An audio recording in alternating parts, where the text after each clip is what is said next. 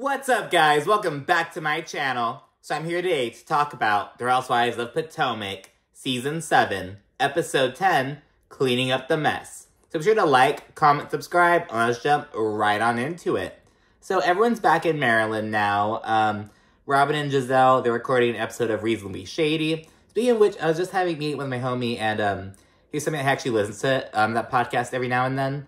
And he was like, it's surprisingly good, he said. Like, they talk about politics pretty often, just kind of pop culture events. So I don't know, I've never tuned into it, but I've heard good things about it. Let me know if you've tuned into Reasonably Shady. And they're gushing about how well it's doing. They have an upcoming show. And they mentioned that they were nominated for an NAACP Image Award. And I just couldn't stop thinking, though, about, like, well, what happened with James Harden comments? If you don't know what I'm talking about, look it up. Gizelle and Robyn some pretty fucked shit about James Harden. I don't even remember. I think it was like during the summer, I want to say, but I don't know if it was 2022. No, I feel like it was from older. I don't think it's gonna come up on the show. I think it happened like last year sometime. I don't even fucking remember at this point. It was like a minute. Anyways. Gizelle and Robyn, they're kind of discussing the Miami trip, and they're talking crap about how at the club, Wendy and Robyn were all drunk, and Wendy was all lovey-dovey and shit. And, you know, we know how it is when you're drunk, you know what I mean? You might be, like, either a little bit more feisty or a little bit more chill, you know what I mean? And it was, like, a good vibe kind of night, at that point at least. And I was talking shit about Wendy, and it's like, well, Robyn seemed kind of with it, you know what I mean? Like, Robyn didn't have any objections there in the club, you know? But yeah, and then Robyn also mentions that, remember, after the club, so it's all good vibes there, but afterwards, that's when Robyn and Candiace got into it. And Robyn, she mentions that she reached out to Candiace to meet up and chat. She's like, you know, we didn't really end things that well. But yeah, and Robyn says that Candiace is upset over the speaker moment. That's the main reason why she was going off on her in the car. Candiace was, like, crying, so Robyn, like, you know, just really did her dirty, essentially. But Gizelle says that Candiace said it. She's like, all you did was play the live that Candiace Dillard put on the internet. She cannot be mad at that. And to be honest, I kind of see what Giselle's saying. You know what I mean? It's like, you know what? Like, sure, like, the way it happened, you know, could have been, like, done, you know, didn't have to be that shady, I guess. But you know what? She did it. She pulled through. I mean, Robyn pulled through, just to be clear. But yeah, it's just like, Robyn pissed me off in a lot of other parts this season, but I'm not upset at Robyn with doing the speaker to Candiace. Does that make sense? But yeah, so it's like, I kind of get what Giselle's saying. It's like, girl, you said it, you put it on the internet, you're a fucking celebrity, it's 2022, you know I was gonna get screen recorded and uploaded, like, come on. Speaking of Candiace, we then check in with her, and she's discussing how she earned her MBA from Howard University. And she's planning a little backyard party, and, she says she invited Karen, and she acknowledges that she really shouldn't have started the rumor about her. So she and Karen, I was like, at this point, I was like, oh, are they gonna, like, meet up before the party? But no, she's like, I extended the invite to Karen.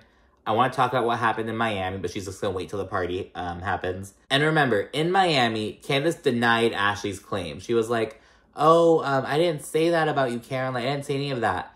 And Candiace now says, no, a producer told me that I did say it. Because Candiace is saying, I had no idea I said that. Candiace is saying, because she and Ashley met up at Candiace's house, and Candiace saying that she was pretty fucking drunk. And, you know, she's at home, you know what I mean? So it's like, I get it. You know, you get a little bit more tipsy when you have to go anywhere. I mean, I'm already at my damn house, bitch. When you leave, I'm going upstairs, going to sleep. But yeah, she says, no, a producer told her that, like, no, you did say those things about Karen, like, here's the clip, bitch.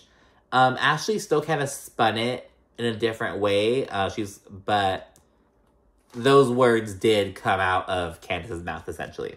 So she's like, oh crap, I actually did say it. Now I have to fucking apologize to Karen, oh my goodness. While chatting with Chris, Candiace also mentions that Robyn reached out. Both of them say that, you know, they really appreciate Robyn. They're like, you know, I think she's really cool, you know what I mean? He has dishes on how she really trusts Robyn, and she feels horrible about what happened between them. Oh, and before I forget, Candiace also tells Chris that her period's late at this point. Now, as we know in real time, Candiace isn't currently pregnant, but in the moment in the episode, she's like, oh, my period's late, you know what that could mean, you know? So kind of excited about that. Then we see Karen. She has this dude named Matt over. He's the white guy from the press conference 4 years ago. The press conference. They discussed Karen's plan to do live shows. And now Karen is coming out with this plan 2 months after Gizelle made her announcement. Because back in like the first scene of the whole season, Gizelle shared with Gizelle and Robyn shared with Ashley and Karen that they're planning on doing a live Reasonably Shady show. But now Karen's like, oh, I kind of want to do a live show too, like a little tour. And she says that her friendship with Wendy Williams is what sparked the idea, though. So she's like, oh, no, Gizelle had nothing to do with this. It's just a separate thing they just want to pursue. And it's like, girl, come on. And she also later on brings on how, like, oh, sometimes, pursuits kind of overlap between the ladies. Like how last season, Wendy announced her candle line, and then shortly thereafter, Karen did. Although with that, back when Karen was doing her La Dame fragrance, she did mention at an event that she was planning on expanding to like a House of Huger, which included candles. She name-dropped candles. But she announced that she was doing it right like 3 weeks after Wendy did. So yeah, it's kind of weird. People are like, Karen, really? And even if it is 2 coincidences, which, come on. It's like, girl, you have to work on your timing. You have to know, you know what I mean? And it's like, you guys being on the same show together, doing things that are too similar. It's like, girl, come on. Now, at one token, there is room for everyone, but it's like, they are on the same show. They're going to be direct competitors, essentially. Well, not really competitors. That's more like with the Wendy and Karen thing. With the Reasonably Shady and Karen thing, those are totally different. Those are just, like, separate events that a lot of people would love to go to both of them, you know what I'm saying? But yeah, so it's kind of weird. People are kind of side-eyeing Karen, thinking that she's kind of like, they're kind of doubting her story. They're like, is it really a coincidence, bitch? Like, come on. Like, did they really, them doing these pursuits, did it have any influence on your decision to run with it? So yeah, we see Karen and Matt then just kind of spitting ideas around for the live show. Mostly Matt. It's just all this, like, all these ideas. Talking about, like, oh, it could, we can bring these drag queens out at one point. We can, like, do this thing. We can make it, like, this way. We can cut to, like, comedians coming out. Like, all this different, like, shit. And, yeah, just kind of chatting more about, like, how, they're kind of acknowledging that there's some similarities between Karen and Gizelle's pursuits, which Karen's like, they're totally different, though. Like, they're different ideas, essentially. And Matt says, theirs just doesn't seem that interesting. It just didn't seem that interesting. And it's like, it's a live taping of a podcast. You know what I mean? It's like, it's, I don't know. It's he's throwing shade because he's like up Karen's ass. But, I don't know. It's like, I think Karen's maybe like kind of giving, I don't know. What do you think about it? Because like last season with the Karen and Wendy thing, it's like kind of suspicious. But I feel like a lot of us gave Karen the benefit of the doubt. At least I did. But now with this, again, it's like, girl, come on now. Like, come on. And Karen said some shit about, like, how, like, oh, like, I feel like now that the pandemic's kind of, like, over, we can, like, you know, really embrace each other and take advantage of, like, game into the swing of things, and talk about how Wendy Williams inspired her. So he's getting all this other shit, basically saying, Gizelle did not inspire me. I am not copying Gizelle. I'm not saying she is. I'm just saying that that's kind of the, it's side-eye worthy. What do you think? Let me know in the comments. We now check in with Wendy and Eddie. They're in the car on the way home from the airport. They went on a little trip to Chicago because Wendy was a keynote speaker at an event at the University of Chicago. So, you know, good shit. And Eddie, they're like kind of chatting about Chicago and shit, what they're doing. And Eddie's making fun of how Wendy pronounces it because he's basically saying that Wendy's putting emphasis on the H in it. Like instead of Chicago, he's like Chicago, saying Chicago. It reminds me of, like, if you watch Family Guy, and when Stewie was like, oh, like, Cool Whip. Like, you put emphasis on the H. Cool Whip. Cool Whip. It reminded me of that. You're like, oh, Chicago. It's like, you're saying Chicago, like chicken. It's Chicago. Yeah, it's just a thing. I don't know. But Wendy says, she's like, I say it the mobster way. That's why. But yeah, this kind of chit-chatting. Wendy's speaking on an appointment she has coming up to surgically remove some kidney stones she has. And she has hella other shit, too, coming up. She has another event next week. I don't know if it's like something just attend, something just to speak at. I'm not really sure what kind of event it is. She has her student's graduation, her birthday. So it's like all kinds of shit. Not to mention, like, you know, she has 3 children as well. So, you know, you know, with something with that. I'm sure someone has, like, a parent teacher, some school activity, field trip. You know what I mean? Shit's crazy. But yeah, and now we see Robyn and Candiace linking up for some drinks. And yeah, they're linking up, but right when they kind of meet up, Candiace's first thing says is like, oh, hey, and then she's like, how are the people? Very vague, just like that, verbatim. And Robyn's like, not well, like, and she gets emotional, and they, like, hug and stuff, and it's like, what people? Like, what happened? Like, it's like, we have no idea what's happening. Robyn says that her close friend / hairstylist of 16 years, Shirley, she was actually on the show, like, a few seasons ago, like a quick little scene of Robyn getting her hair done. She lost her sister and brother-in-law in a car accident. This big old tragedy. And yeah, Robyn's just like, you know, it just hurts seeing my friend in so much pain, and she's just like, really upset about it. And Robyn says she's like reflecting on how short life is, and she really wants to squash any beef that she has with loved ones, aka Candiace, essentially. So yeah, Candiace and Robyn get to talking. They say that they're both kind of unhappy with where they're at in their friendship, essentially. Robyn says that she sees Candiace as a little sister. Candiace gets emotional and says she feels similarly, and it's like, it's kind of reminding me of the relationship that Candiace and Monique used to have back before season 5. But yeah, and then Robyn shares her perspective regarding Candiace's Instagram Live. And she mentions, like, I feel like you were kind of calling everyone disloyal, but I've been really loyal to you. Like, even with the whole Chris Bassett situation, like, I'm going against Gizelle, essentially. And Robyn, but in response, Candiace says, oh, well, you know, I don't see you as a fake bitch. Like, I wasn't talking about you. And in real time, we've learned that, like, later on in that live, Candiace, like, praised Robyn. She said that, oh, Robyn, like, she said good things about Robyn later on. But they're like, oh, but Robyn didn't listen to the whole thing. But to be fair, the juiciest part of that live is when Candiace is saying, oh, like, fuck these hoes, they're all fake, blah, blah, blah.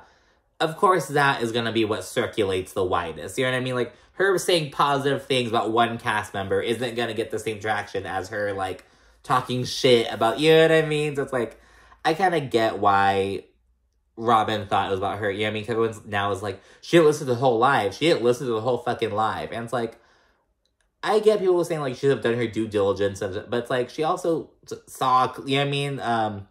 So I don't know. I kind of get it. And Robyn just says, in the future, please be a little bit more specific. But yeah, and they just both want to move on, and they hug it out, and it seems like it's all good between Robyn and Candiace now. We then check in with Mia for the first time in the episode. She's with Gordon and the kids, and they're hitting up the opening of a new location in DC. In the confessional, Mia's discussing how they own and operate 14 locations. 14 locations in, like, 4 different states. And, but they also collect royalties on 8 other locations. So they're like, oh, we collect royalties, make sure everything's, like, running well, basically. But 14, they're, like, in, basically. And it's just kind of interesting because, you know, like, in real time, I don't want to say that they're broke, but it's like, Mia made a statement about how she lost access to, like, their business accounts because Gordon's brother, like, took advantage of it. She, like, stopped getting her pay, like, some shit like that. But yeah, shit's crazy. But anyways, Mia then says she's really excited to bring affordable chiropractic services to her hometown of DC. Then Karen rolls, and honestly, I get that Mia was in, like, foster care, but it's like, is her hometown DC? Is it Baltimore? She mentioned going to Miami a lot. And when did she move to North Carolina? She mentioned North Carolina a lot too. That's where, like, she and Gordon used to live. I don't even know. I need Mia to, like give me, like, put, like, a book out. So it's like, okay, girl, like, this is your story, right? Like, and yes, it might be a lie. It's like, this is what you're agreeing. This is the agreed upon lie, right? You know what I mean? I need a solid story. But yeah, Karen rolls up. She says that she doesn't throw her friendships away. She takes them seriously. So she's going to come and show support for Mia. Karen then asks, well, she's kind of, like, with Mia and shit, just kind of hanging out. She asks how Mia's mom's doing. She's like, oh, I was excited to see your mom. Like, how is she? Like, and Mia just says that, oh, she couldn't make it. Doesn't say anything else. It's really kind of weird. And I think we've only seen Mia's mom one time this season. I could be wrong. I could be, like, kind of, maybe it was, like, a flashback to last season. But I feel like we saw her for, like, a very short sit-down scene with Mia and Gordon. I could be wrong, though. I have no idea. But we see, we see her significantly less this season. I'm not sure what happened between them. But yeah, the Mia cuts the ribbon, and so, woohoo, yay. New location. And now we've got Ashley. She's going up to Uncle Lump's house. She's kind of discussing with him and her aunt about how she and Michael are still having screaming matches over, nothing. She talks about how, so she pulled up with Dylan, her, 1-year-old son. And she's like, oh, I was planning on bringing Dean as well, but, I guess Michael just got back from Vegas. I don't know if it's, a business trip or something else. But he just got back, and, he was like, oh, I want to spend time with him. And she's like, oh, yeah, you can do it when we get back. And he's like, no, I want to spend time with him now. Just take Dylan and leave Dean. You never plan anything right, blah, blah, blah. And she says that, Dean, their 3-year-old, he, will be like, oh, stop, when they're fighting. And it's just, all this negativity. Ashley says she's over the arguing and all the bullshit. But she's not sure if moving out and being a fully single mother is what's best for her right now. I get what Ashley's saying. I have people in my real life who are kind of in similar things, oh, I'm not really happy in this relationship, but it's easier having them around because X, Y, Z, two hands better than one when you have a young baby. But with Ashley, it's girl, you hire a fucking live-in nanny. Hire 2 nannies, bitch. Come on, you can, you have means, you know what I mean? She hasn't really done anything outside of the show, I don't think. Because Ashley's been on the show the entire time. I'm trying to think. She released her Coffee and Love song, in season 2, I think. But no, I can't think of any business ventures that Ashley's done. I don't think a perfume, a clothing line. I can't think of anything. She could really do, workout stuff. Because she's, onto working out, athleisure, yoga mats, water bottles. Come on, girl. You know what I mean? But at the minimum, bare minimum. But yeah, I don't even know. But she's kind of I don't know if going on my own is what's best right now. Even though she's not, some fucking 24-year-old with, a kid. You know what I mean? She's, she has a whole career. She's a housewife. You know what I mean? A real house. Not as a housewife. She is a real housewife of Potomac, you know? But yeah, she says she's scared to do it solo, be on her own. And she's scared of having to be responsible for so much. She's like, I'm going to be responsible for everything if I'm on my own with these 2 kids. And so it's girl, I get it. But it's you are much better off than many other women who are in the same shoes. And men. But it's I don't know, and, her aunt and uncle are oh, you have your support here. They're kind of showering her with love and encouragement, and it's kind of telling her to believe in herself. Her fucking aunt is you are a strong woman. It was just the way it's you are a strong woman. But yeah, it was just kind of I don't know, I get where Ashley's coming from, but it's as someone who, knows people who, in similar, who are actually in those situations where it's, I'm not super happy with this dude, but, him being around is easier, you know what I mean? It's, easier to take care of my baby than to, get by and stuff. Ashley's not in the same fucking boat, you know what I mean? She's a fucking real housewife of Potomac. It's, I don't get where she's coming from. We know that later on she's talking to Uncle Lump. Not right now. It's kind of, they're supportive. Later on, Ashley brings up the subject again with Uncle Lump, and he's like, what are you doing, man? Get some help. And Uncle Lump didn't say much at this meeting. Uncle Lump was kind of quiet. His wife was doing most of the talking, Aunt Monica, but, yeah, just Uncle Lump is kind of over Ashley's shit. He's like, girl, come on. I've known plenty of single mothers. Yes, it sucks. You gotta do what you gotta fucking do, though, bitch. You know what I mean? And it's girl, come on. I don't know. I think maybe the way Ashley grew up is she's kind of afraid of that too. She saw her mother struggle. So he's afraid. I don't know what it is, man. It has to be something deeper than that. Cause yes, Ashley hasn't done other business pursuits. But girl, I know you had to have saved. You should be okay. You're an OG cast member of Potomac. You know what I mean? And yeah, and I hope that she kind of gets her business grind on and starts you know what I mean?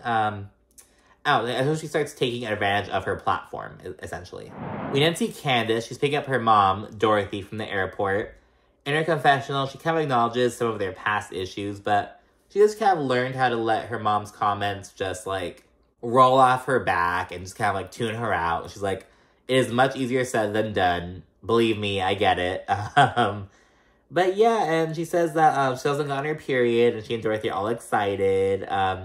Dorothy's like, oh, a baby. Oh, like, maybe you'll calm down, stop cursing, stop using the F word so much. And Candiace is like, no. I used to be like have that mindset too, because I have my two youngest brothers are twins, and they're 5. And for a long time I was like, oh no, like I can just like still, you know, speak how I want to, whatever. No, it's like at a certain time, like you learn, it's like, no, I cannot use any bad words because they will fucking parrot that shit. Oh my goodness. At the worst, oh my gosh. But anyways, we then see Gizelle. She's at the scene of her twins' Sweet 16. And she reminisces about Angel and the Door. She says that they were both fucking 8 pounds at birth. And for twins, it's like, oh my goodness, because that's, damn.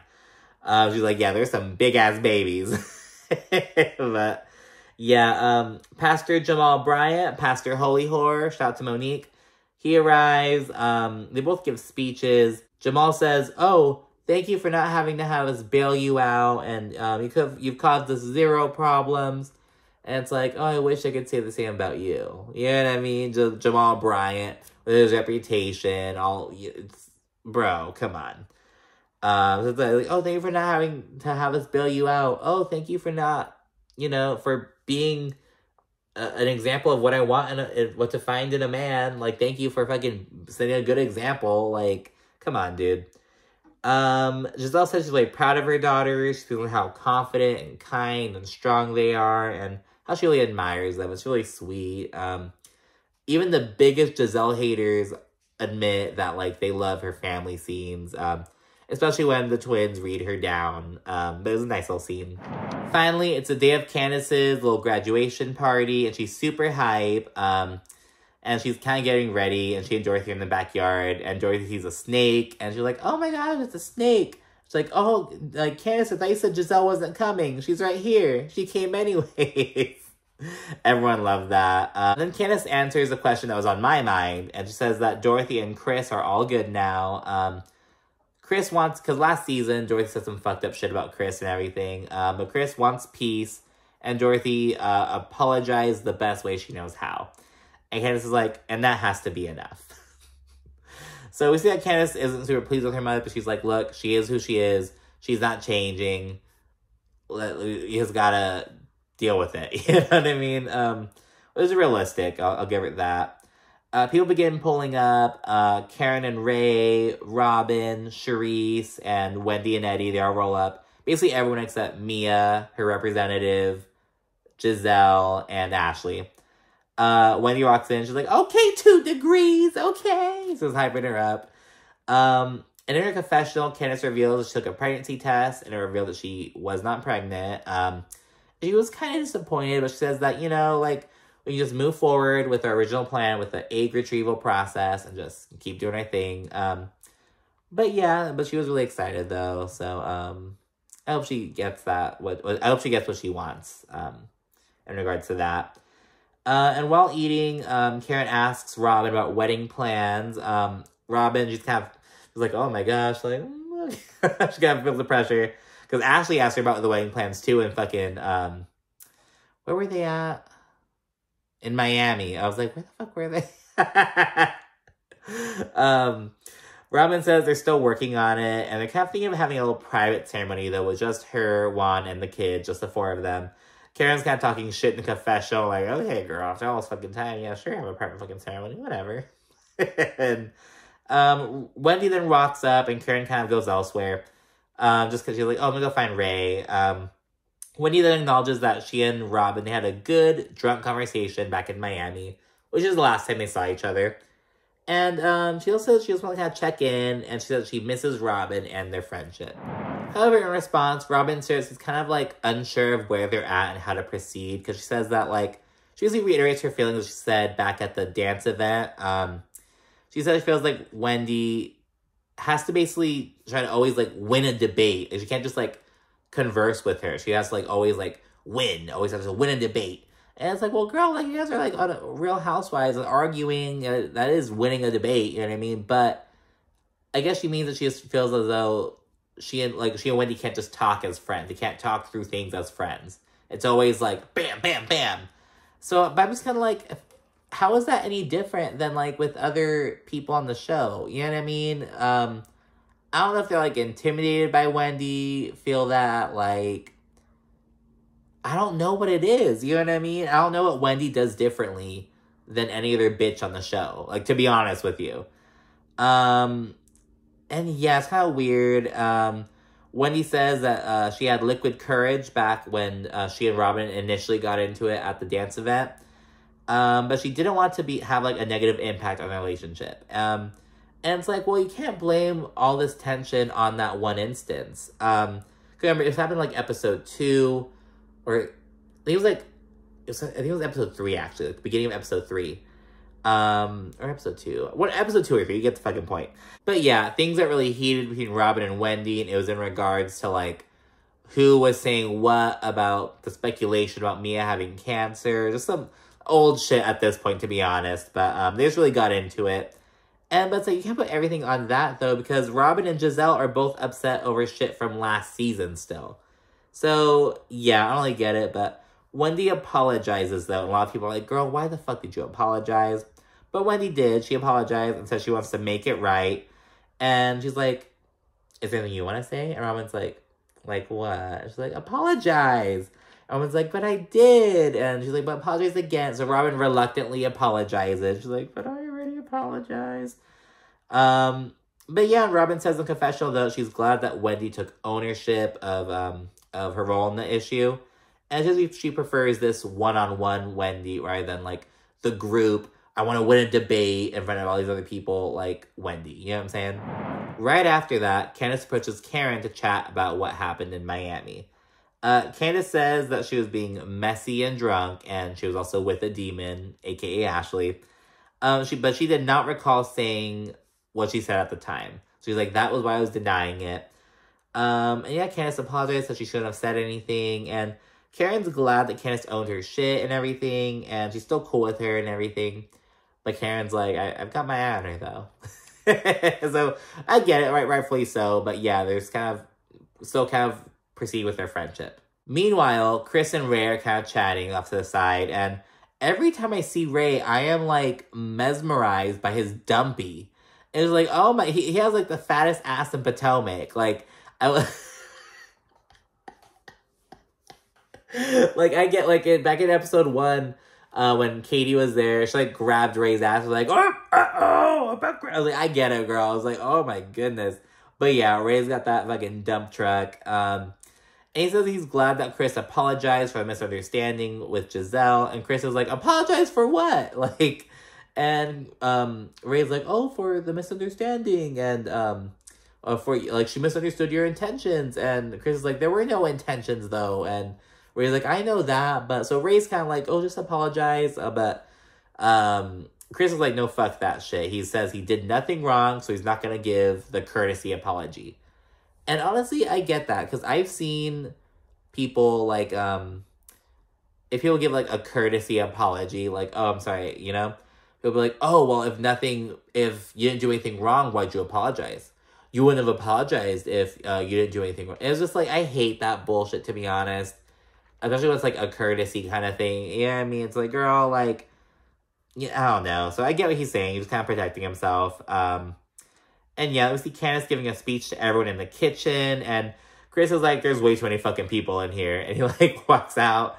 And we didn't see, like, there are indeed a lot of people in there. I would have kind of felt the same way. I'm like, oh my God, so many people. Unless I was drunk, I wouldn't have cared. And Chris is on his fucking, I didn't do shit train. He's like, apologize for what? I didn't do shit. Like, Ray got Chris all riled up and shit. But anyways, that's the end of the episode. So let me know what you thought down in the comments, and be sure to stay tuned for more. Thank you again. Bye.